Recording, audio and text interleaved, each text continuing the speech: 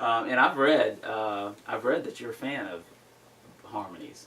Oh, and, for sure. and I am as well. I mean, I've been in the studio and I've had the engineer go, really? How many Kevin Jack? I mean, people only want to hear it maybe at most two, but I could stay in there all day, 3, 4 part. Yeah, and then Yeah. we haven't even started doing the counter melodies and the background parts that, you know, just harmonizing with the melodies is one thing, and then I'm gonna get into the other, you know what I'm That's talking right, about. It's absolutely. but for me, it's kind of addictive part of the process because it's so much fun for me to sing them and come up with them. I'm sure you feel that way, and the bands like even the Indigo Girls with their complex harmonies just with two voices. I mean they just do so much cool stuff there. They were a big influence on me.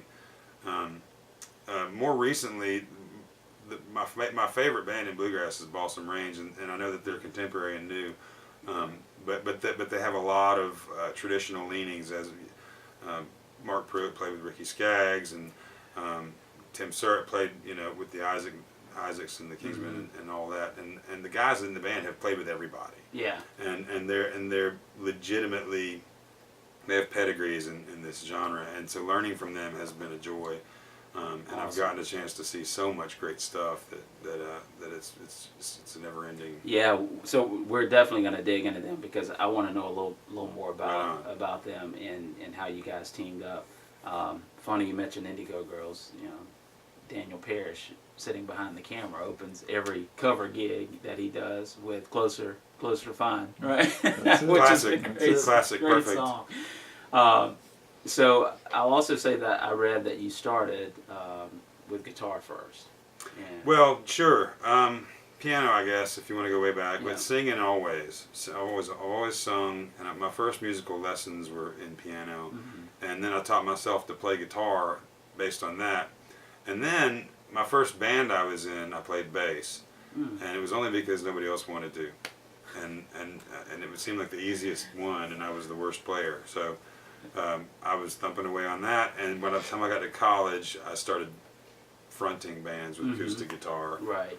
And then over the years continued to play bass and was able to learn how to sing and play with it. And that, you know, at least made me a little more dangerous. So one thing led to another, and guitar was kind of my I still write on pretty much the same guitar I used to play on. Very good. Back in the day. Yeah, you know, I mean, I absolutely remember Brighter Shade from back in the day. It's good times. So you still talk with those guys? Yeah, actually, we just played the 500 Songs for Kids thing this weekend. Went up to Smith's and played a few songs of Georgia artists. We played Driver 8. Oh, man. And then we played Green into Gold, because Andy plays all over town, so we got 2 slots. And we had Marcus and Sean up there, and it was just awesome. Yeah. It was like we'd never stopped playing. Now, did you guys disband prior to you getting towards the Zach Brown thing? Or? We more faded. Yeah. I think everybody got busy doing other stuff where they could actually make livings doing it. I lived in the studio pretty much all the time, and Andy was playing solo gigs. Marcus picked up a touring gig, and Sean got into some computer work, and wherever we could kind of make some more extra money, unfortunately that sometimes takes over. And we were all still playing on the weekends, but not always together. And it wasn't until '05 that I joined up with Zach and started playing that gig pretty religiously in the beginning, and then only after a while. Yeah, so turns out you used to do the open mic thing at CJ's. Yeah. And I remember that, but I was always partial to Eddie's.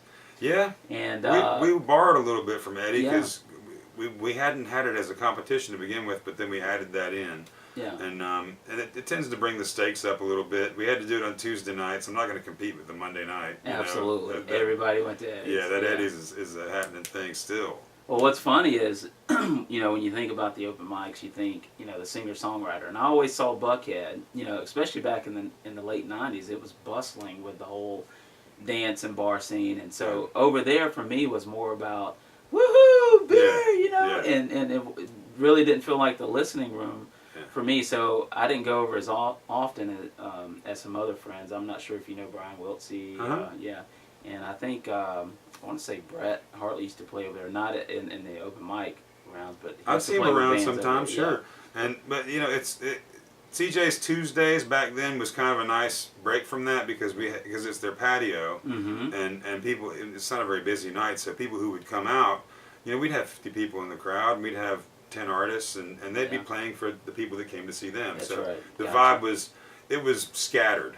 On the weekends on that deck, any number of me and my idiot friends would be out there collecting tips and playing Brown Eyed Girl. But the rest of the week, never want to play that song. I know, right? It's a great song. It just is. Don't need to play it again. The rest of the gigs in Buckhead for us were at Chameleon Club because they kind of had the original thing going on over there with the jam circuit and a lot of the rock bands that were coming through. Yeah. But the rest of the Buckhead, if you weren't at the Roxy with a bigger group, it was a lot of partying and a lot of fun. Yeah. But we enjoyed going to Eddie's, and we played the Dark Horse a lot too. That was kind of our digs, is the Dark Horse, and Brighter Shade kind of lived there. Yeah. And Smith's once in a while. The Atlanta music scene is really huge, and there's so many different ways to get out there and make music, and I always decided that moving my fingers up and down the fretboard was better than not. Yeah, so if I had a Friday, I'd go sit in with Francisco or anybody that needed somebody to play bass, I'd go do that. Somebody needed a cover gig to do that. I knew enough songs to go play and fill the tip jar up that way. So yeah, that's it. I don't want to go back to those days, but I guess I would if I had to. But I was over at the beer garden playing 4 hours. Yeah. And wrapping around Brown Eyed Girl about 5 times in that 4 hours. Yeah, played there so many times. Just the whole area is a great place to meet people and hang out, but it can get pretty brutal after a while.